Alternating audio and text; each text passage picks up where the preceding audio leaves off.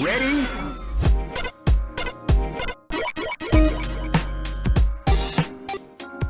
One, two, one, two. Bounce ball. Bounce with me, bounce with me. 1, 2, 1, 2. Mega Man. Yo, Mega Man. Bad rap's done worse. Much worse. I like a game where I jump in the air. That's what I told you the other day. Words, they flow like butter. That's the worst rap I could come up with in short notice. My name is Mega Man, and I cannot lie. Welcome to Rhythm and Pixels. We're a video game music podcast. My name is Rob Nichols. And I'm rapping bad now. Every week, we listen to great video game music from all consoles and all generations. We pick a topic, we pick some music. We talk about the games, we talk about the music, we talk about the composers, we talk about everything in between. And that's what the show's about. I hope you enjoy it. And we'll see you next week. So, have a good night. Have a good night. Good fight. Good night. I missed that show. Yeah. As corny as it was fun. Celebrity Deathmatch. You're like, what the heck is he talking about? Oh, that's right. That was all claymation, like really like silly claymation. I used to watch that stuff. It was good. It was okay. That was a prime era for just like absurd humor. I wouldn't have that enthusiastic. It was good, but it was all right. I had fun. Well, I mean, death battles are good, though. Admittedly, death battles are way better. Are you familiar with those? Celebrity. No, not celebrity. That's the only one I remember. Yeah, that's the only one I remember. Death battles is a thing that I don't know who created it, but it's like an online like video series where these people will take two fictional characters and pit them against each other in a fight to the death. But here's the rub, though. They are really into it. So they run equations and theorems based on like their greatest feats. I'm like, okay, so for example, like one of my favorite ones that came out too long ago was like Popeye the Sailor Man versus the One Punch Man. And everybody that I knew that heard it was coming out was like, oh, clearly One Punch Man. I was like, no, it's Popeye. And they're like, what are you talking about? Why would it be Popeye? I'm like, have you not watched Popeye? Like the things Popeye was able to do once he ate spinach. It's very different. He has Toon. It's basically called the Toon Force. When you do it has Toon Force. The Toon Force essentially allows you to defy laws, to pull random feats of even beyond like the typical. I'm going to charge up as Goku, like things like Saitama, who's the guy in One Punch. He can like punch really. He can knock out aliens with one punch and block beams with his fists and stuff. Weird, yeah, jump like super that. Strong, right? Yeah, but Popeye, he ate a can of spinach. And when God said, no, I'm turning off your universe, he went to God and said, no, you're turning it back on by punching him and turning the universe back on. He also could like pick up, I remember he picked up like an entire steamboat or something. Yeah, he done like or maybe it was like a warship, but like he probably did both. Yeah, I'm sure he did both. Like he's run back and forth through time. On spinach. I loved that it was all about like he eats spinach, so he's super strong. But spinach always came from like a nasty old can. Yeah, but that's how you know it's well preserved. So Popeye is well preserved, even though he smokes. Oh yeah, that cop kite. What's that number? A product of its time. A product of its time. Oh yeah, but like that's the thing. I just like that when it actually aired and then it ended, people were like, "This is bull. No way Popeye can win." I'm like, I told you. They went over all of that at the beginning of the episode. Yeah, cartoon Popeye, not Robin Williams Popeye. Oh, well, technically Robin Williams Popeye would technically count too because they're all Popeye. Oh, okay. They're all Popeye, and Popeye is all of us. We are going to get into live-action cartoon movies sooner than you know it. Dun, dun, dun. Dun, dun, dun, on today's show. Foreshadowing. Today's show is all about gambling. Actually, no, it's a casino game. I realized I made a blunder, but I couldn't retract it. Blunder. Yes, right. What so happened? I told Rob the reason why originally it was going to be gambling. Yeah. Rob should say it. What did you do recently? I was just in Las Vegas, but for a conference. Okay, so yeah. Rob was in Vegas just after Evo. The Street Fighter Championships, but I was at a Packer convention. Yeah. So he went out there, and my brain was like, Vegas. He's in Vegas. This is a topical joint. We can go with, gambling. That's where my brain went. But when I said gambling, what I was actually thinking was dice. Okay. I mean, that's fine. That all works. Don't get me wrong, it works. It's just there's going to be some different choices. Did you pick what's that game called? Devil Dice? Every game I chose involves, except for one, because I was like, I'll throw a bone because I screwed it up. The Dice Room from Gunstar Heroes for the Genesis. I should have, but nope. That's that soundtrack's crazy though, man. Oh yeah, it's really off the wall. It's a treasure classic. Yes, it is, for a reason too. No, so I find I'm not interested in gambling, even like in gambling video games. It's not something I'm super interested in. In board games, however, when there's like a wagering aspect for like initiative or wagering against certain components of the game, to be like, you go first or you do this to get like priority over this or that, I love that, because then I feel like it's another level of competition between players. But when you're wagering on a ball spinning around a wheel to make money, I'm not interested in that stuff. And honestly, Vegas makes me really sad. It's not. Trust me, it's not just Vegas. Yeah. Vegas is just the king of it. It's just the king of it. I just happen to be like in the middle of it. Because for me, gambling, I'm sort of like what you just said, but it's a little bit more over to, in the sense of like not hating it overall. Like, I don't like gambling at casinos. I've done it once. I lost $200 in 15 minutes, and I spent all night winning it back and then some on like one of the crappiest but most possible bets you can make. Yeah. And I never gambled again because I hate it. Yeah, that's a waste of time. It was a waste of time. Now, video game gambling, I love it. So long as the in-game prizes are worth it. Okay. So, like, a lot of RPGs will have a casino where you can get some of the best weapons and stuff. If it's like a game within a game, and it's like you do this. Okay, I see. I know it. Not like I'm not playing. Well, I guess Casino Kid. Did that have a story? I think so. Yeah, I think a lot of these do. I think we'll talk about that later on in the show too. So I did watch some playthroughs of some of these games. My brother used to be really into like Caesar's Palace for the PlayStation and stuff like that, and we used to play that. I had some like poker games on the PC. Like way back in the early 90s that I used to be really into. But I feel like that's a card game, you know, and there's actual rules. And there's rules, and like, and the characters would have animations and you can try to see if they're bluffing or not. I thought that was always kind of cool. Yeah, that's the thing. Like, a lot of casino games aren't all quote-unquote bad. They do stack the deck against you by making so that you can't count cards and stuff. But I believe, personally, that unless the casino is actively cheating, blackjack and poker, for example, are actually games that you can go there, sit at the table with a drink, and just kind of casually play it. Win, maybe lose, whatever. Chances are you're not going to beat the bank, though, because they do things when things get weird. Oh, yeah. I mean, it's interesting that, like, it's a series of games for the casino, like actual casino video games, like Casino Kid and Vegas Stakes and stuff like that, where it's just like it's a compilation of these games, and the goal, I'm assuming, would be to earn a certain amount of money to advance to another casino, and like that's just the whole game, right? It's like those Super Nintendo pachinko games where it's like you're just watching the balls go, but it's still a Super Nintendo game. I just remembered something. Let me write this down before I forget, because I want to look this up when I get back. You're looking up. There's a game that came out in the last month or two. Yeah, it's called Card Sharks. And it takes place, I want to say, in like the 70s or something. Yeah, you're supposed to like cheat and stuff. Like you're in the casino trying to make it to a certain point, and there's a whole narrative behind it. And like at one point, like it's like you like pickpockets and like watch out for people who are trying to cheat you at the table and stuff. I've heard really good things. Yeah, I followed Devolver on Twitter, and like they were really pushing that game, and it looked really interesting. Like, Devolver's on fire. They very rarely put out junk. Very rarely. Very rarely. All right, hey, Devolver, give us free stuff. We're going to start our episode. I'm just going to jump into the music. Are you ready for this, Pernell? I don't know. Sega Game Gear. Cripes. World Derby. What did I do to deserve this? Unknown composer. This is a game that is menus upon menus upon menus of statistics and pictures of horses. This is World Derby Background Music 6 for the Sega Game Gear. Do they at least let you watch the horses race? No. Oh my God. This is Japan only. Horse racing. You never see them horses race. This is on the Game Gear.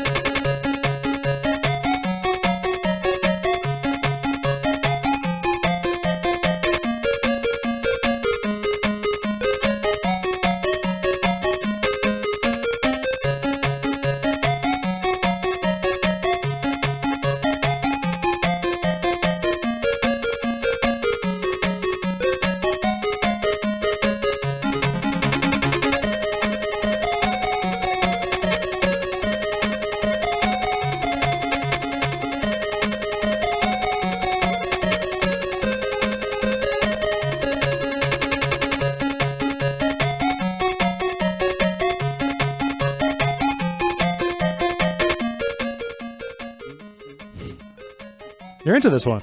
Oh, yeah. So the first thing I thought about when this started playing was, keep in mind, I never owned a Game Gear. So I don't have exposure to most of the music in it.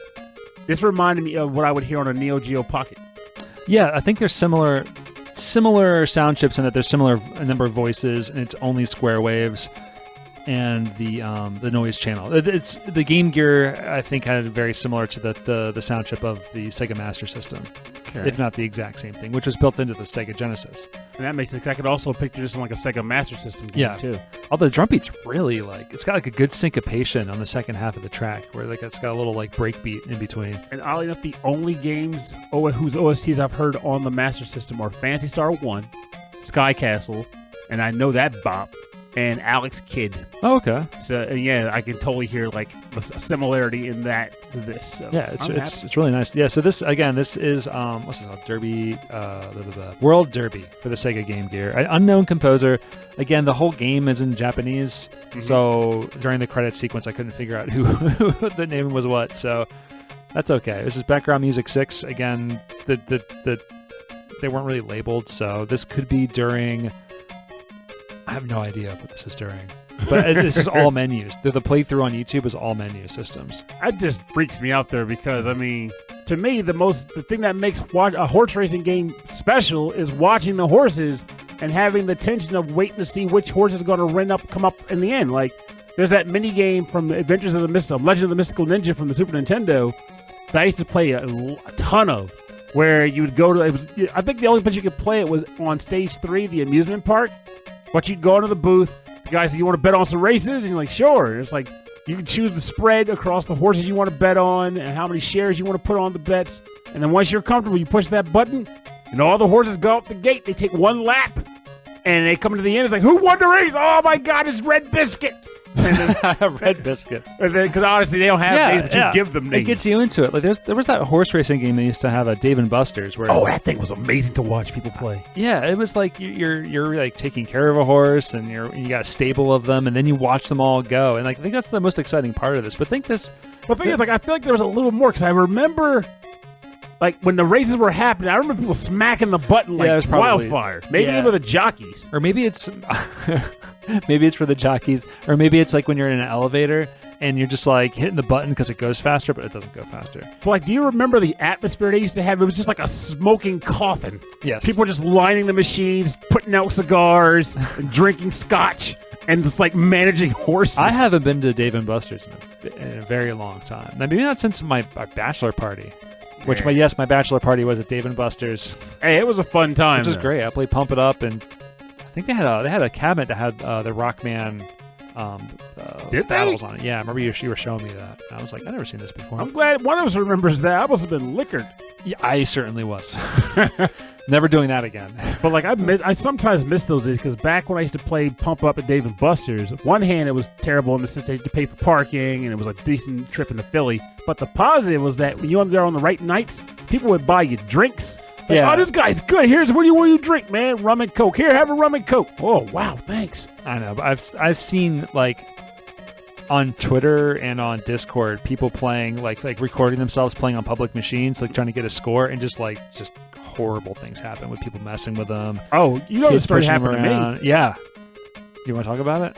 Sure. But first thing is you said, like, do you remember what I'm talking about? No. But I'm sure I will once you start telling it. So I was down in the Baltimore area years ago with my one friend, Anthony. And we were playing at Dave & Buster's down there, playing Pump It Up. And these guys were there with their girlfriends, walking around being just jerkbags. And, of course, what people love to do is show off in front of girls to make themselves look like big shots. And for some reason, the thing that seems to work is picking on people that you think are beneath you, which they thought was me. So the first thing they did was the whole, oh, look at me, I'm stepping in place. And I'm like, I don't care, I'm not paying attention, I'm having fun. So then after a couple of bits of that and them not getting my attention, one guy, because I can watch out the corner of my eye, he came up and tried to sweep me off the machine while I was playing it. Ooh. So I jumped in the air and came down hard on his foot, like stomped it. So he's like, ah! And I was like, he's like, what the heck? He started cursing. What the heck, man? You want to go? And I'm like, yeah, I want to go. What are you going to do? Because at that point, you can't de-escalate that. It's already gone up to nuclear. And I'm sitting there like, I'm about to get the crap beat out of me. I can't take these guys like that. So out of nowhere, these two huge military dudes walk up behind me. He's like, "You messing with our friend?" And they were like, "Yeah, whatever." I do remember this part. I don't remember that last part, but they walked away, and I looked. I was like, "Man, you just saved the crap out of me. Thank you so much." It's like, don't worry about it. We saw what they were doing. That junk's not cool. And they started asking me about the game, and we started playing it. Yeah. But and that's also why I never go down there to play Pump It Up. I never went back. I really dislike people and not people in general. I just dislike like what people get drawn to those places and what they'll do. So I'm really happy to be playing at home from now on. Or like, that's just I'm okay with. We have round 1 now. That stuff happens at round 1 too. I've gone. I mean, I'm not going to say it doesn't. I am going to say I've never seen it happen at round 1, and I go there a lot. Wow, that's true. Okay. It's more of a family place. That's the difference. Dave & Buster's is not a family place. Yeah, they're not serving like alcohol like crazy. Yeah, they serve alcohol, but not like the mixed drinks. Not like that. Just like freaking watered down Bud. Yeah. So I'll take that. Yeah, overcharged too. I remember last time I was there, I was like, wow, not buying. I'll just have a Coke, please. Yeah, they absolutely price it up. I'll have a Coke. All right. What's your? So you did Dice games, or just Dice in general? This is one game. The closest I've got to like a casino game on here. I say no, it's not the closest. No, it is. Yeah, because I had tracks that I ultimately chose not to pick. So this track comes from a game that, spoiler alert, is going to end up on my Summer Games Challenge list as well. So just get that out there for you. This comes from the game Alundra, and this is the theme to the casino bar. And it was composed by Kohei Tanaka, a name that I had to look up despite the fact that he's actually in the game under his actual name. So I'm kind of ashamed of myself. He's a character in the game? He put himself in the game as a character. That. Yeah, okay. He wasn't like just in the credits. He was like actually a character. He runs the sound room in one of the houses. You can go up there and like, he unlocks music as you play the game. He's like, I hope you like my compositions. Oh, that's cute.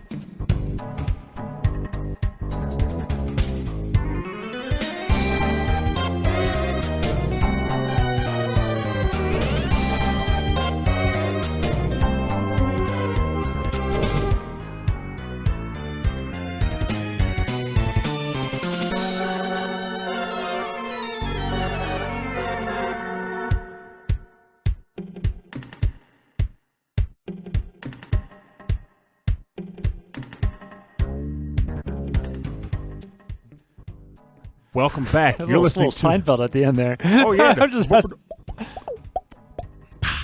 You're listening to the casino bar theme from the game Alundra on the PlayStation, composed by Kohei Tanaka. So I'll talk about the actual experience of playing the game when I eventually talk about this on the Summer Games Challenge. But the context of this actual episode, so you pretty much access this place by way of finding a bar on the coastline where a number of people from your shipwrecked ship set up shop. They say that 5 times fast. Set up shop. So when you show up there, initially they're making fun of you, saying you're a kid, you can't have liquor, you can only drink milk and whatever. But if you do a specific thing in the game before the game disallows you to do so, you can find a secret pass, which allows you access to the casino. They'll start treating you like an adult because you have this pass, giving you access to the basement where all the games of chance are played.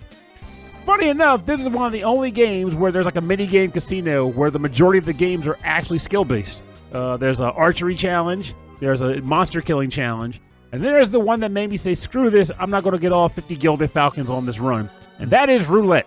It is literally playing a roulette machine. So there's like a fight these battles and do this and do that, and then there's just a roulette wheel. A roulette wheel. And I would wager there has to be a pattern or something that you can pull off on it, because You have to win that game 5 times in a row. To get the Gilded Falcon statue for that game.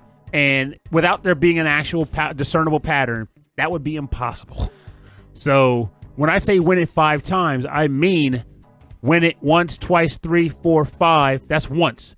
1, 2, 3, 4, 5 is twice. You have to pretty much like run through these like weird sequences. So I'm like, yeah, I'm not doing that. So you looked it up online? No, I said I'm not getting these Falcons. I just said, you I told myself. Up online? I'll look it up online. I had no desire to. I was like, FAQ it. This is me trying to get through a Summer Games challenge. I just want to experience the conclusion of the game. Yeah, I see. And also, it was one of those rewards for getting all 50 where I was like, wow, this cool thing that I'll never use because I'm at the last dungeon. So I don't have time for that. I got to move on. I see. Still satisfying experience. This track, though, made the other 2 challenges a ton of fun. Yeah, this is really cool. Now this is where it gets really hot right here. This is just getting sassy. Yeah. Everything's like kind of dark and funky, and then it turns into Casino Land. It's like this is the real Casino Night Zone. Step right up and spin the wheel, and then it gets kind of Funhouse, like a little spooky. Right here. Going broke, bankrupt. Go home. You just sold the kidney. You sold a kidney. Come on back, dude. But like, I loved this game. Mm-hmm. I'll talk about it more later. But this track was a surprise bop. This is good. I really like good it. Yeah. OST. I could see wanting like it making the process of being in this area for a long period of time a little bit more bearable. Mm-hmm. Yeah, because it's really cool. Because you will spend time. If you want to get all the stuff, you're going to be there a while. This bass right here has got so much reverb on it. It's so interesting. Is that why you say it has like a Seinfeld vibe to it? No. Just this part right here, but in between, from the after that little Vegas-y part, with the little kick drum going. But this part right here, with the it has all this reverb on it. It's a super echoey. Here it comes again.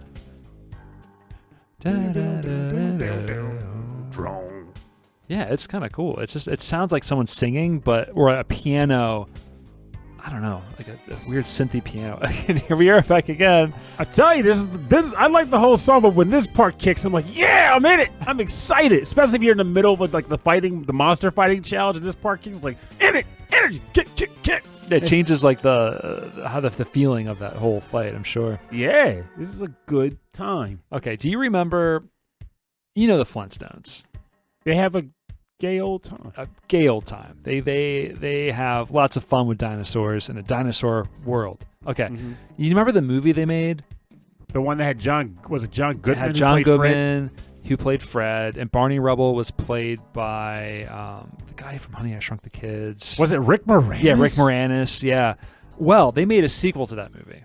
Okay. Wasn't that like the Viva Rock Vegas? Yeah, it was. I thought that was the animated movie. That was a live action. It was live action. It was called The Flintstones Viva Rock Vegas. Barney Rubble was played by Stephen Baldwin. That's a weird choice. Wilma Flintstone was Kristen Johnston from Third Rock from the Sun.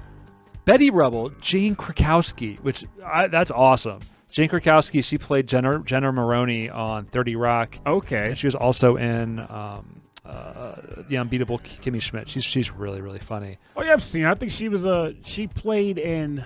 I also want to say she was in like Ally McBeal. The guy who played Fred, Mark Addy, I don't know that guy. I don't know how he got in that. I don't know who that is at all. But then some of the supporting actors, Thomas Gibson from Dharma and Greg and Criminal Minds. You know the best part? You're naming these names. I would wager 70% of ours is like, what the heck is Dharma and Greg? Well, Criminal Minds was on for like 12 years. Dharma and Greg maybe 2. I don't know. I remember Dharma and Greg. That had a long run. Pretty long run. But Alan Cumming. But anyway, I was really surprised because there was an adaptation to this game for the Dreamcast. For the Viva Rock Vegas? For Flintstones, Viva Rock Vegas. And that's a track you picked? And it was unreleased. Oh, the game never came out. Game never came out, but it was on the Dreamcast, so I don't know who did the music for it. This is track number 5. It is a wonderful kart racer, Pernell. What? So is that what the game was meant to be? Yeah, the game But the game is a kart racer based on a movie where they go to Vegas. And somehow, I know it can't be true, but if you look up the wiki to this movie, it said it came out in 2001, a complete box office like bomb. It lost like $40 million, and they say that this is the wiki anyway says that this is why Hanna-Barbera was bought by Warner Brothers. Because of this movie? Because this movie like tanked and lost so much money. I kind of want to watch it now. It makes me wonder what made him think it was going to succeed in the first place. Stephen Baldwin in the year like 1999, 2000, disgusting, gross, gross human being. I mean, I'm assuming maybe he still is. But anyway, that's my opinion. We're going to listen to track number 5 from the Flintstones in Viva Rock Vegas. You'll have a groovy unreleased game time. With an unknown composer for the Sega Dreamcast. Viva Rock Vegas. Yeah. Christ.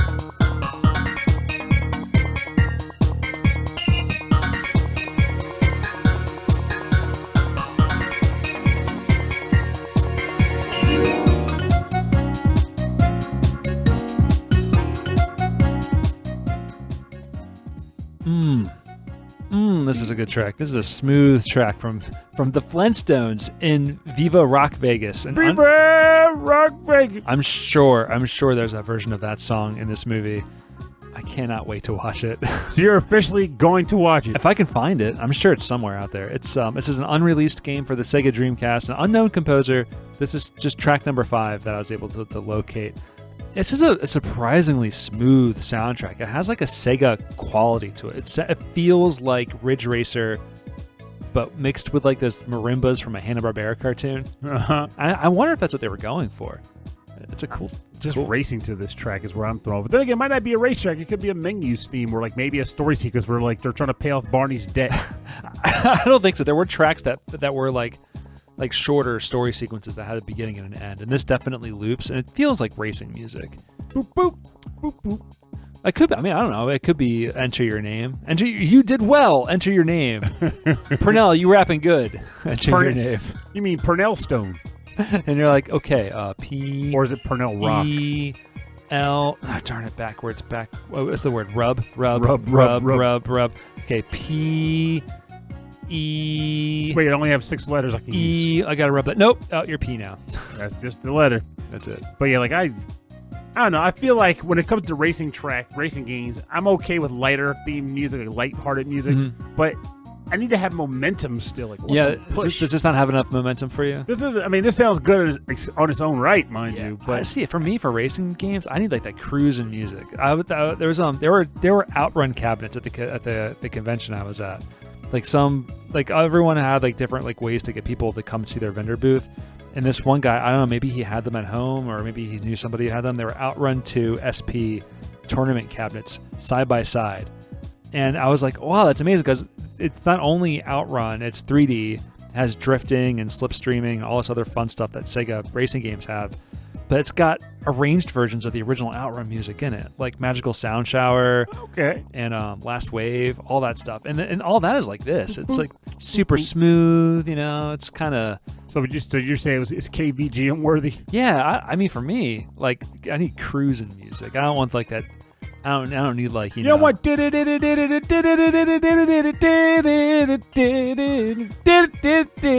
just went to added a little bit of scat. Is that a little Big Blue there? It was Big Blue. That's there it is.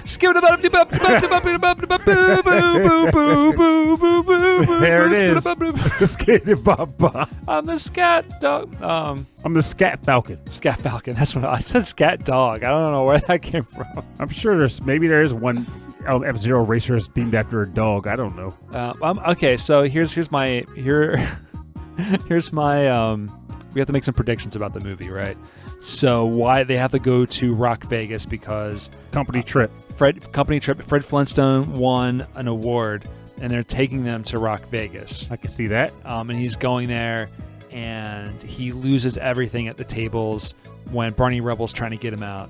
Yes, that would be an actual plot for that show. Meanwhile, Betty and Wilma are together on their own having a night on the town, and they get trapped at the Hoover Dam. I'm sorry, the Stoner Dam. The Stoner Dam, the Hoover Stone Dam. It's gotta have a cool. It's got a bunch of dinosaurs, I'm sure, around it, and then it's a living. And then there's like some evil person is trying to take advantage of Fred. No, Pebbles and Bam Bam. Fred Flintstone has weirdly good luck, and no one knows why. And these evil people are trying to take advantage of Fred and Barney. That would be also a genuinely valid plot, but that would also have to involve the Great Gazoo, and I'm sure he's not in the movie. For this one, he might. And if you just believe just a little bit. We looked at the cast list; he's not in it. Oh, yeah, that's true. Yeah, he was not in there. No, that was Alan Cummings. Alan Cummings played the No, he didn't. Now you're just lying to me. Don't give me hopes. The Great Gazoo was amazing. That was also when the show 100% jumped the shark. Like, okay, people don't need to see these guys live normal lives except in the Stone Age. We need to come up with something unique and special to get the show moving again. Let's add a weird alien that goes on crazy adventures with Fred and Barney. The Great Gazoo. Where'd he come from? Nobody knows. Or the crossover with the Jetsons. No, that was amazing. Now, did they do that live action? No, that was purely animated, and it was an amazing movie. It was a theatrical spectacle. People were excited. It was an event. People got excited to go see this. It was an animated television event. Now, they've never made a Jetsons live action. And probably... Yes, they did. Did they? You pause the show. We can look No, we're not pausing. I'm going to do this right now. Google. You want to subject the listeners to our Google ship? Jetsons live action movie. I guarantee there was a live action movie. 1990 Jetsons live action adaptation. Look at you. I told you. The cast. So far, the only known cast member that signed on for the project was Chevy Chase. Dun, dun, dun. It was canceled. But the important part is it was in the works. It was canceled. I'll take what I know. It existed and it didn't make it. Briefly. It existed briefly. I'm going to find some clips. Oh, wait. But I'm not going to suggest because I think that because this movie... Viva Rock Vegas. The Flintstones in Viva Rock Vegas. They killed it. Probably did so horribly that there was no way they were ever going to do a Jetsons live action. They did do a Josie and the Pussycats. I'm still waiting on the Jabberjaw. A Jabberjaw would be the joint. Poor Jabberjaw. Jabberjaw joint. I don't know if I'd want to watch a Jabberjaw movie just to watch that poor robotic shark. Oh, actually, Robert Zemeckis. Sorry, it'd be a CGI shark. Robert Zemeckis is set to direct the Jetsons live-action TV show. Oh, wow, here's something special. Robert Zemeckis is rebooting the Jetsons as a live-action TV show. I just saw the same thing. Anyway, we can go on and on about Mr. Spacely and...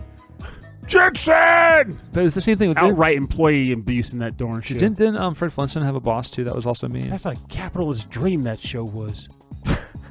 They really just abused George Jetson throughout the show. He had him get sneak into Cogswell's plant, get shrunk down by a shrink ray, and didn't even give him time off to find treatment. He was like, "Well, since you're already incapacitated with your shrink state, go into the machines and figure out the secret to how they're constructed.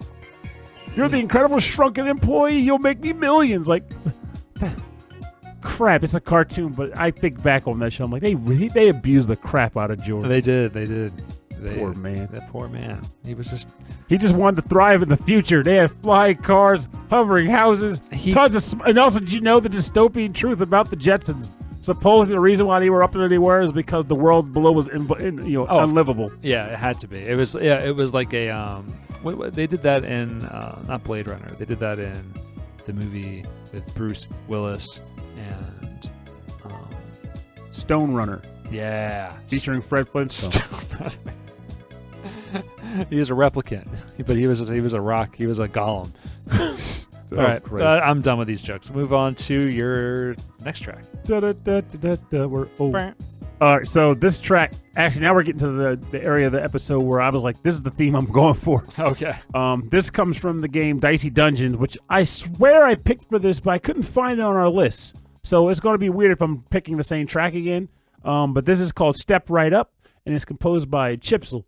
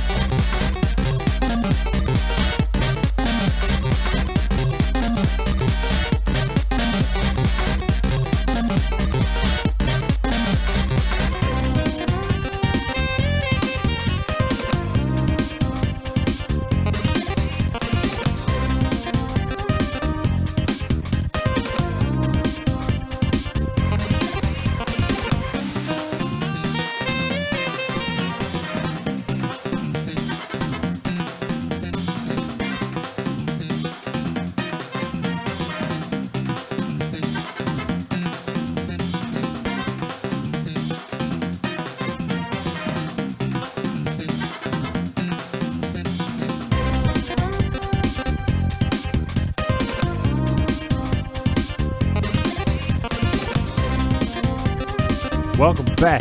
You're listening to Step Right Up from the game Dicey Dungeons on a lot of platforms. composed by Chipzel, who is, quite frankly, I'm not sure if she's still doing stuff because it's been a bit since I've heard from her. But she is one of the all-time greats for me as far as like BGM composers of like the 2000s. Yeah, I know she still talks about music on Twitter, and she still like promotes like Dicey Dungeons and some of the updates that have come out. So maybe she's working on stuff that's like she just can't talk about yet. I guess that does make sense because we just got Reunion, which was an expansion to Dicey Dungeons like 2 months ago, and she composed the music for that. It's so good. This is so good. This is probably my favorite track in the game. This is really good. I mean, when that saxophone comes in, that's something else. It's just fire. Like it gets. This is what I'm talking about. Music that gets you like pumped, like you're in the battle. And due to the nature of how battles in this game take place, it's perfect. So, as I mentioned earlier in the episode, what I was intending to be for the theme was like just dice play, like taking and rolling the bones, going for broke. You know, all the buzzwords you typically hear people say when they enjoy dice and they don't want to get their legs broke by Randy Newman. So the idea behind this game is that everybody, all the characters you can play as are actually living dice. Like they're humans that were turned into dice, and you replace it in this dungeon run by Lady Luck, and you're tasked with trying to succeed her dungeon exploration challenges and win the grand prize or whatever it is, which is basically like whatever your heart's desire, major wish. But obviously, it's a casino, and she's Lady Luck.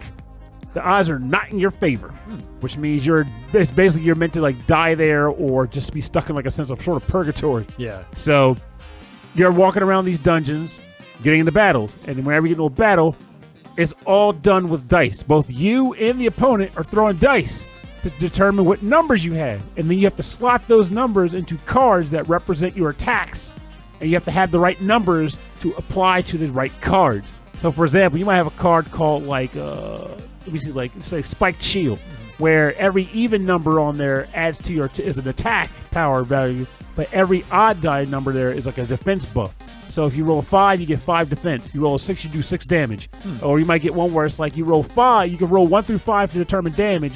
But if you roll a 6, you'll do poison damage too. So but you're rolling yourself because you're the person is a die, so you're rolling that guy. Oh no! The person themselves, that's such a weird thing. The person who's a die is also throwing die. Okay, so it's a little it's real more dice on dice on dice. For all we know, those die could be deceased participants who died before you got there. We don't know, but they are saving your butt now because this is so funky though. This is so funky. This game is a gem. And this track, I remember playing it the other day. I was fighting a boss who, frankly, his loadout was not conducive to what my loadout was. And I was fighting him for like 40 minutes. That is not how the game is meant to work. That was a rare occurrence. And the other time, battles are over in like 3 to 5 minutes, if that. But it's such a good game. If you've never played Dicey Dungeons, you are doing a disservice to yourself. Like, when I say this is probably one of the best indie games to drop 15 years. Wow. I am not lying. Like, every time I decide to just pick it up on a whim, I get addicted to it for like a week. And then I put it down, and I forget about it because, you know, the world's a sea of games. But then Reunion got announced. There's like, hey, they're going to give you a bunch of free content that's new. I'm like, I miss Dicey Dungeon. I'm going to go play it again. And I've been playing it for weeks. And you're sucked back into it. You were playing it. We were at dinner at my brother-in-law's, and like the touch controls on the Switch were really smooth too. Like you were able to just like move the dice around and flick them around. I was eating dinner and playing 2 games at the same time. Yeah, I was like, this is pretty cool. Yeah, this is fantastic stuff. Chipzel is an absolute beast with the Game Boy also, which brings us to my next game, which is for the Game Boy. A classic composer, Manami Matsumae. This is for the Game Boy. This is Vegas Stakes, and there's music for there's music for each casino that you can get to, and this is called the 2020 Casino. Now we've played music from the 2020 Casino from the Super Nintendo version. They're very different sounds. So this is the 2020 from Vegas Stakes for the Nintendo Game Boy, composed by Manami Matsumae. Now I want stakes.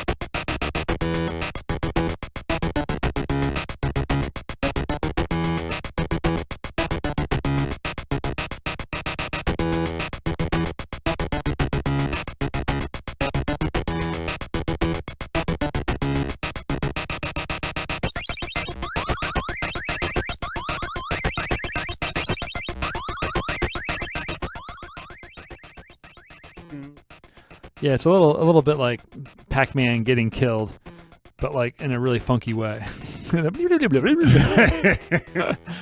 Yeah, this is the 2020 from Vegas Stakes for the Nintendo Game Boy, composed by Nami Matsumae. It's just something about like that really aggressively synthesized breakbeat with just all those crazy sound effects going on. It's very stripped down, but it's a lot of fun. I'm just stuck on the word steaks. You came to my house so hungry. I really did. I didn't eat much today. I actually went to Wawa and ordered. I'm not going to go into too much detail for obvious reasons, but I ordered like their sausage and scrambled eggs bowl, and I have learned the hard way. I have to stop eating scrambled eggs that aren't made with almond milk. So it's just the way it is. Life happens. Scrambled eggs with almond milk. Yeah. That's how I make them at home. Okay. You would never know. All you would know is, damn, these are some good eggs. And I'm like, that's right. I'll make some beastly eggs. But yeah, I barely ate that. I didn't finish it, obviously. And then I had 2 sandwiches I made with sesame buns, just cheese and chicken, sliced chicken breast. And that's all I had eaten today. And then I did my workout. And I gotta eat something, so I'm eating leftover dry Ching Sung chicken from a Szechuan restaurant, and I love it to death. I'm sitting there eating chili pepper seeds. Yeah, I see a whole lot of peppers.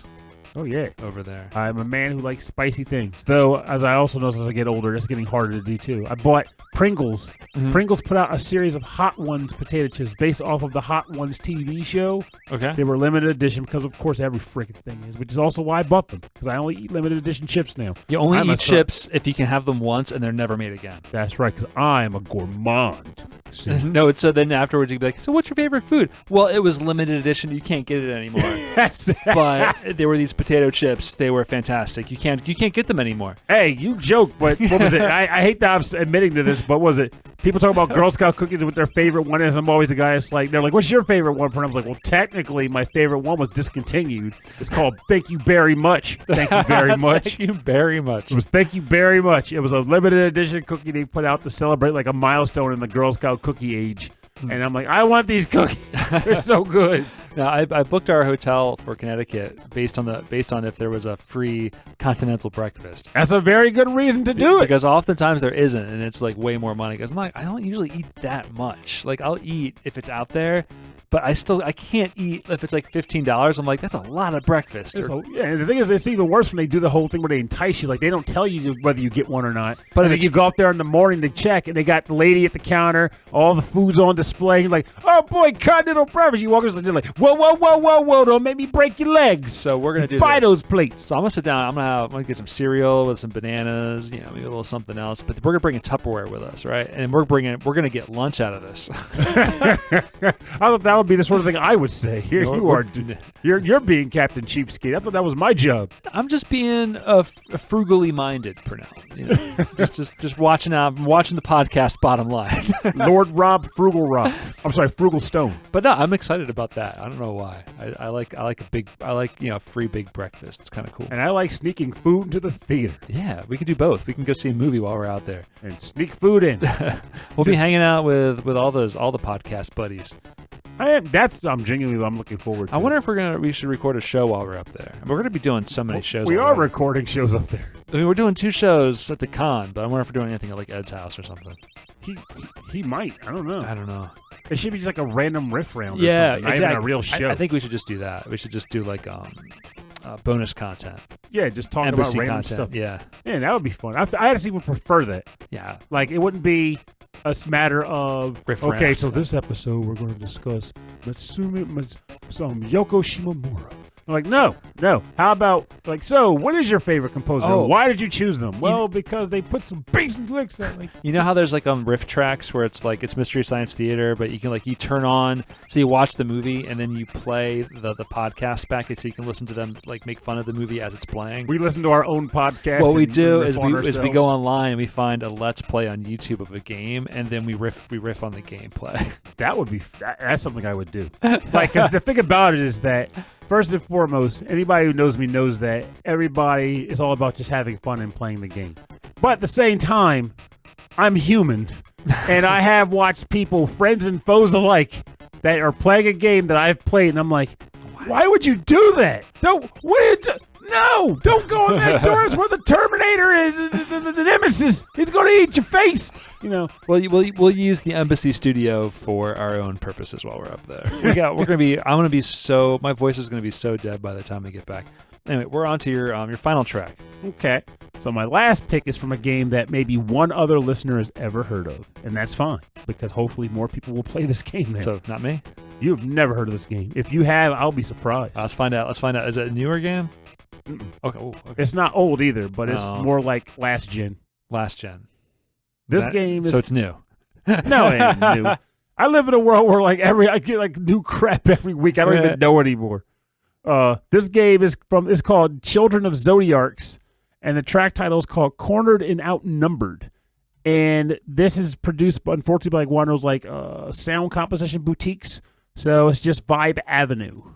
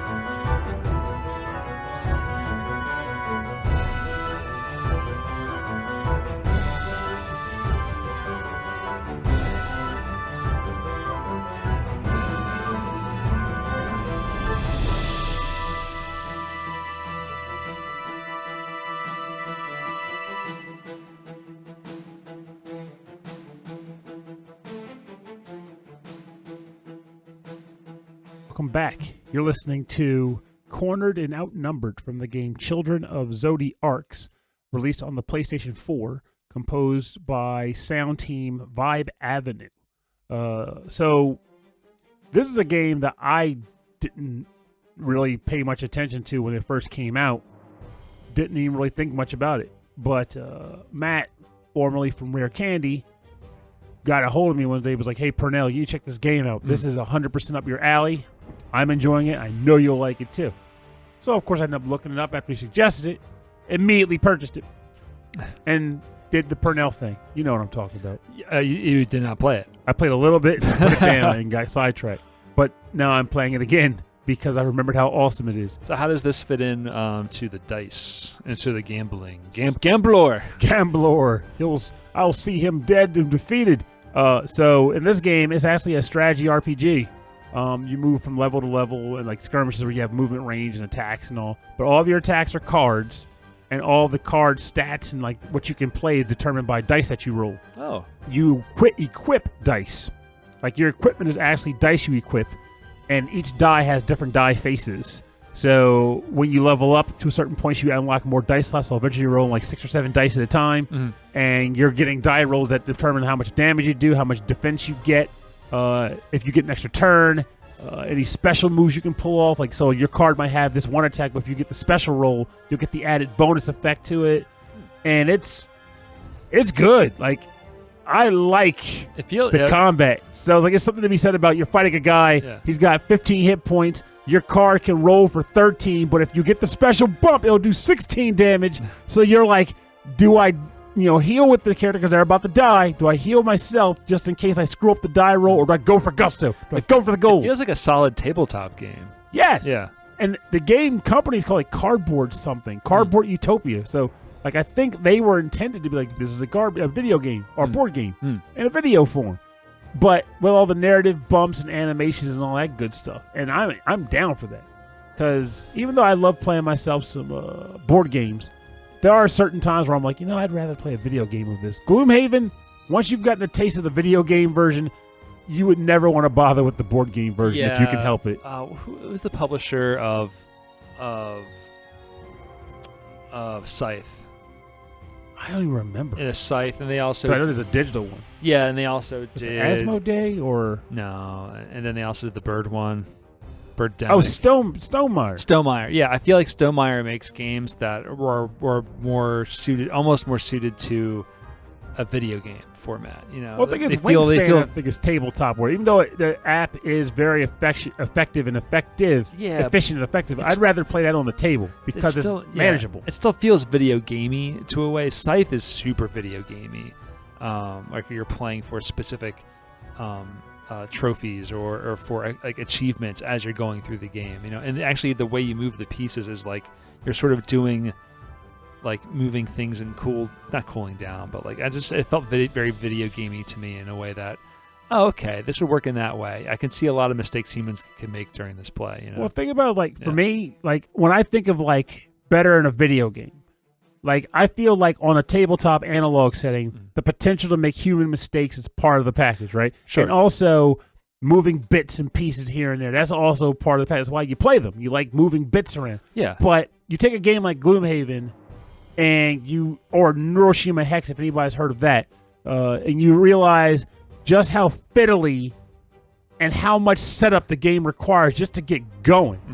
So to sit there and set the entire board up, put all the monsters down, get the monster cards, put them over there, doing the calculations every time you do a single attack, like all these different things, and then putting the game away. Yeah. It's like, I could do all that, or I can just let the game say, I'm going there, and the game will move me there. I don't have to put the game out. The game's set up by pushing start, So, and also Gloomhaven was like $150 at one point. So that's another element. Yeah. I think for me, there's so many things you have to do in Scythe that are like kind of like in games, there's like a lot of choices you make, and then there's a lot of movements with pieces in the board, and then there's usually like accounting and cleanup where it's like, okay, I've done this, and you're just doing things mechanically. Yes. Just to keep track of stuff. There are so many things that you're only doing to keep track of stuff in Scythe that's where there's so many potentials for mistakes there, rather than just like, okay, I moved too many spaces over here, but the game will tell you can't move that far. Yeah, exactly. It just, to me, like, it all kind of fits that way. And I think I think the Bird one, I can't think of the name anymore. So the thing is, like with Wingspan is a little bit in that way, only because of, again, like the way the actions are set up on the board. That's why you did that thing where it's like, I got my cube, boom, resolve that. Boom. Right, yeah, the action cubes move around to keep track of your actions in the game. But like there's again a little bit more it's better than Scythe in that way. But again, it's another bookkeeping aspect that the players have to do for themselves. I got 5 eggs, Rob, and I'm putting them on these nests. No, at the end of the game, it's all eggs. All eggs all the time. All Unless eggs you're all doing the time. Oceania, apparently. Got to play that version. Oh, yeah, there's that one. We got to try the expansion. Anyway, no more expansions for now. We are at the part of the show that we call the bonus round. Wouldn't that also be an expansion, though? The bonus round expansion for the show. We add new extra content to an already jam-packed episode. I like that. It's only $4.99 for the first minute, $2.99 each additional minute. Oh, jeez. The bonus round is where we play covers and remixes and arrangements on our theme. And I went a little off on this one since, as I was in Vegas, I was there the weekend or like the days after the weekend of Evo, and where they Evo, was that recently? Yeah. So that was as of the time this episode comes out. I guess it was a few weeks ago. But yeah, it had just been on, and my conference was in the middle of the week, and it was in the same area too, the same casino, the same hotel that I was in. And it wasn't announced there, but they did have a lot of Street Fighter 6 announcements there. Mm-hmm. And in Street Fighter tournaments, there's often a lot of gambling going on around matches. Oh, yeah. So I thought I would play some new music from Street Fighter 6. Was this the Kimberly theme? I'm not going to listen to the Kimberly theme. We're going to listen to the theme from Guile. This is Guile's new theme. Oh. This is called Sharpened Sonic. Does this theme go with everything? No. I have a feeling the music in this new game is going to be divisive because it doesn't sound like video gamey, and a lot of these songs aren't trying to call back to the original music. It's doing something completely different. So in a way that Street Fighter 3 was doing something on its own. So it's just got a whole new vibe. This is composed by Yoshiya Terayama, and this is from Street Fighter 6, Guile's theme, Sharpened Sonic.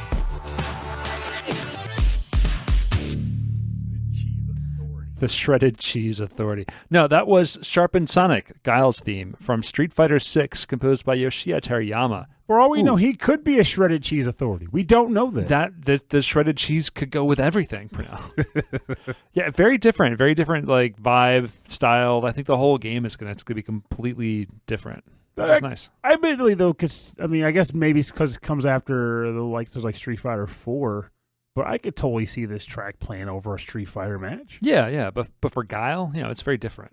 What are his other tracks like aside from his original one? They're usually remixes of the original. Well, there it is. Yeah, very, very similar. All right, so what did you bring? You're making fun of my music. I'm not making fun of it. I'm just confused. I don't think I want to do this anymore. Fine. I want to drink my Royal Farm sparkling water. I want to go home. So I kind of cheated a little bit, but this comes from the game Fortune Street. This is the final. He calls it the final boss drum cover. But I guess maybe that's what the game calls it. This is basically the track that plays when someone's about to win the game if they get to the starting point before someone else can. And this is done by 8-Bit Drummer. Now here's the rub and why it's a cheat. This track is pretty much the final battle theme for Super Mario World, but it was remixed for this game. Oh, was it? And then he's going to do his drum cover to it. So there you have it. Enjoy.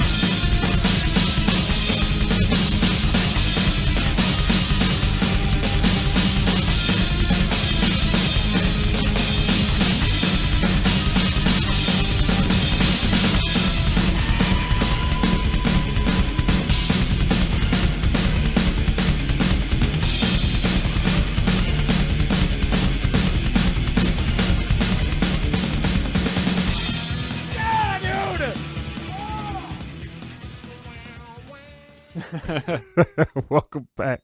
You were just listening to the final boss drum cover theme from the game Fortune Street from the Nintendo Wii.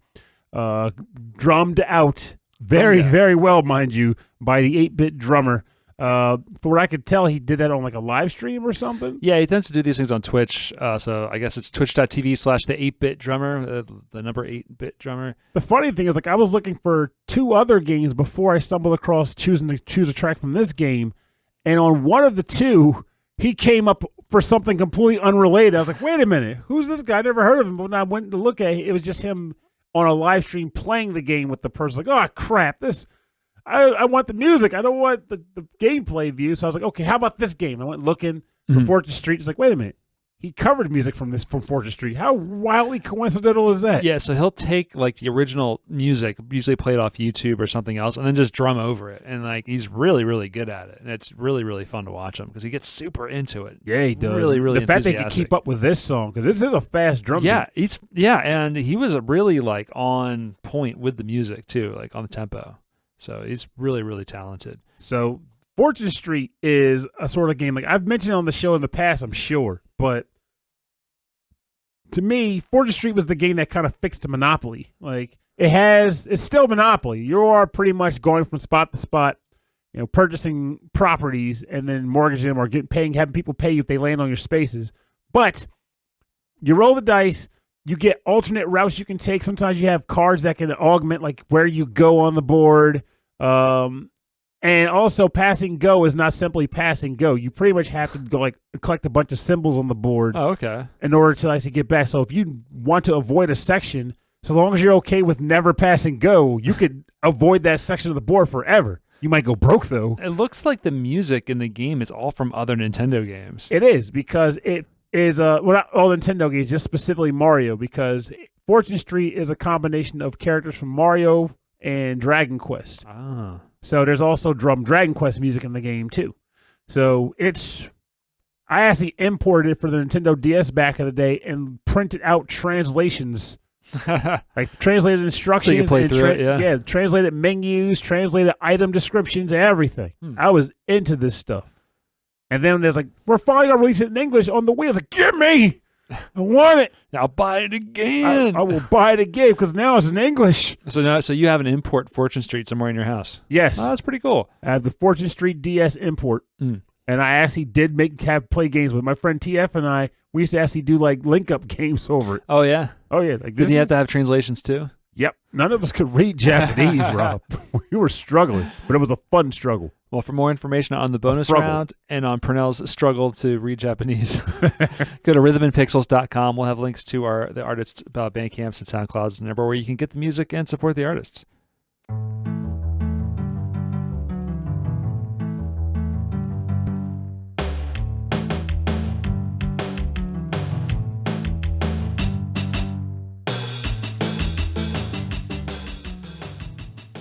All right, thank you for joining us on episode 33-10 of Rhythm and Pixels. We're ending the episode on the casino music from Persona for the Sony PlayStation. Where Pernell says he spent hours and hours in it. I absolutely did because I was obsessed with Revelations Persona, which I guess they didn't keep that label for too long. Because originally that was they brought over Shin Megami Tensei games. This was the very first one they brought over, which was funny because it's technically a spinoff of them. I guess some would say, no, Revelations of Demon Slayer came after us. Anyway, the point is, this was supposedly the first Shin Megami Tensei game, even though it was a spinoff that came to the States, but they didn't want to call it Shin Megami Tensei. They wanted to give it a label that released the U.S. in some way, in English. So they were like, we're going to call them the Revelations series. So it was Revelations Persona. And it sold very poorly. So when Persona 2 finally came out here after lots of fans begged and begged and begged, I was one of those fans.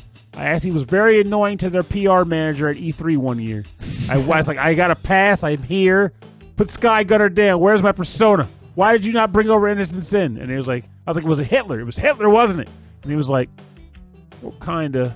So, if anything, if you want to understand how much of a brave new world this is as far as like things that are allowed in games, look no further than Persona 1 and Persona 2.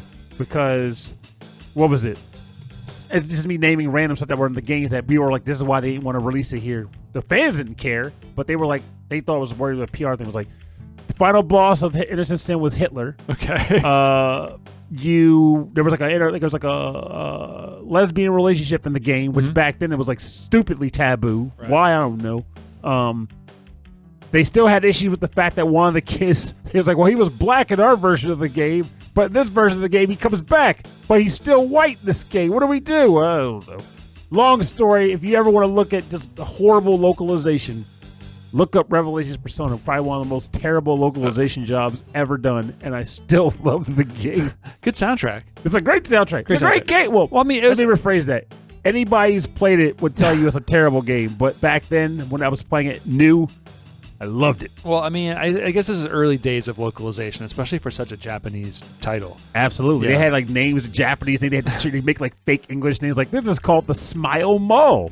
It's like the Masa Ringden? Nah. This is Cherry Court. Just random stuff like that. Well, if you want to write into us and give us really fake English names, or if you have a track suggestion or a topic suggestion, the best thing to do is to send us an email. rhythmandpixels@hotmail.com. And for a full track listing of this episode and of all of our episodes, you can go to the website, rhythmandpixels.com. We have a YouTube radio station at youtube.com/rhythmandpixels, and there's just 24/7 8-bit and 16-bit music there. It's all curated by Pernell and myself. It's just deep cuts and just classics. It's really fun. So go check that out there. We also have a Discord server. The link to the Discord server is at the top of the webpage, rhythmandpixels.com. You can go in there and hang out with other listeners and other podcasters. And if you want to support the show, the best thing you can do is to tell people about it, share it on Facebook or Twitter or whatever. You can hit the subscribe button. You can also support us on Patreon at patreon.com/rhythmandpixels. And as a member there, you get access to a monthly live streamed episode. It's once a month. We record the show in front of a live stream. It's a whole lot of fun. There's a lot of visual jokes, and we talk with everybody, and there's a lot of fun. A lot of fun that goes on there. As a member of Patreon, there's also a lot of other cool stuff you can get at different levels. You can get stickers and mugs and t-shirts, and there's a lot of additional extra content, prequel episodes, all sorts of stuff.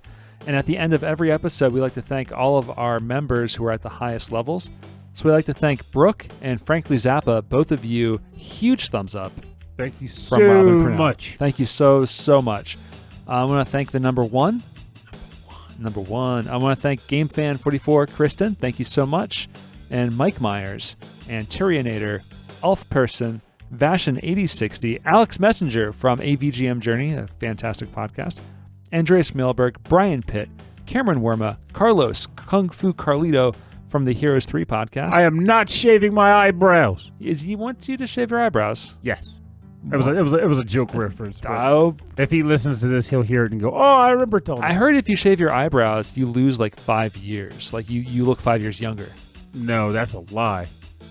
10 years younger. No, you look like you don't value your existence when you self-remove your eyebrows. Just do it all, man. You're like a cartoon character. You just draw them back on. No, you look worse. I want to thank Chris Steenerson. Thank you, Chris Weisner, a.k.a. Musashi219. The wise guy. Thank you, Christopher Shenstrom. Thank you, Chuck Kowalski.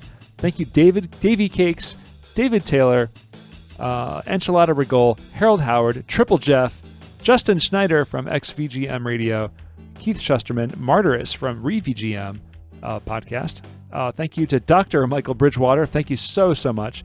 Thank you to Rage Cage, host of the VG Emporium podcast, Reinhard Zelkova, Sleepy S'more, Steve Miller, Taco, Ed Wilson from the VG Embassy podcast, and Zach Thornbach. Thank you all so much, all of you and many more, for supporting our show. We really, really appreciate it. Absolutely 100%. All of you, and that's a word. And again, the many, many more who are supporting the show and our Patreon. That goes towards equipment, hosting, and travel costs to talk at conventions and to meet the people. If you're at Retro World, challenge me to Magical Drop 3. Yeah, we'll be. Will they have Magical Drop 3? That's the hope. We'll bring it with us. We don't have to wait. On what console? Bring your copy. What? On what? My import PS1 copy? Yeah. That doesn't even make sense. We'll make a copy of that. That won't even work. That makes sense. Just pirate it, and we'll bring it. Let's just hope they have a Neo Geo cabinet that has it on there. But yeah, so the end of this month. So we're saying August 27th and 28th in Hartford, Connecticut. Pernell and I will be at Retro World Expo alongside a bunch of other cool guests who are way cooler than us. Yeah, unfortunately. For now. Once we steal their essence and become them. There's a lot of other podcasters. Jeremy Parrish is going to be there. Really? He hosts... Did he used to write for a game magazine? Yeah. That name rings a bell. 1UP. He used to write for 1UP and a bunch of other stuff. He has a great YouTube series called NES Works and Genesis Works and a bunch of other stuff. He's like more of a gaming historian. He's a really cool guy. Okay. And he hosts a podcast. Makes me wish he could be on our show. That'd be which I listen to, and I'm going to tell you the name of it as I pull up my app because I can't remember it. We're getting old, Rob. Retronauts. It's called Retronauts. It's a fantastic show. I've heard of that show. Probably because I've talked about it. So check us out there. And also at the end of this month, we'll be doing our live streamed episode. It's probably going to be either on August... Did we choose a topic? Not yet. It's going to be either August 31st or September 1st. One of those days is going to be our next Patreon episode. We don't have a topic yet, but we will release the topic and information about that on our Instagram and on Discord and everywhere else. So you'll hear all about it. And on our next episode. We should try to choose one by the end of the week. Just gotta think. Think, Pernell, think. What do the kids like? Think. TikToks. Think. TikTok? They like Flaming Hot Cheetos. Think. Well, everyone likes Flaming Hot Cheetos. They're so darn good. If you're a rapper with the name Lil in front of it, Lil Cheeto. Lil Flaming Hot Cheeto. I will never. Lil Flaming Hot Cheeto X. Why? I will never understand why that became a thing either. I don't get it. Little snack treat. Little biscuit. See, little shoe shine. It's Lil because there's nothing little about us. Did you get it? Anyway. Little Triscuit. We'll see you next week. We should we think recording 3 more days? Yeah, very soon actually. We should figure. We gotta come up with tipping. Another topic. So, but yeah, is there anything else we wanted to mention on the show? I don't think so. Summer Game Challenge. Start playing more games. Yeah, play more games. Those are fun conversations. I like hearing people talk about the games they're playing through and knocking out. That's right. For every game you complete this summer, you get another star on your sticker. And if you turn in 5 stars, you get a personal pan pizza from Pernell. Actually, the PPP. Let's be honest here. That would be fun. I would honestly do that. I would legitimately honor it. You'll sponsor the pizzas? Well, I guess so. Yeah, like if it'd be, but the listeners I trust. As in, not some random person like, I beat 25 games. Like, get the heck out of here. But like, yeah, I'm not even going to make that. Yeah, I would send you. Right. Well, maybe not send you, Mark. I give you credits to like if Domino's. all of our listeners collectively can complete 100 games, then we're going to take them all out on a field trip to Dutch Wonderland. Dutch Wonderland. Disclaimer, you won't want to go to Dutch Wonderland. They've changed, man. They've changed. They've gotten dinkier. Yeah. Now you got to be 4'9" to ride the roller coaster.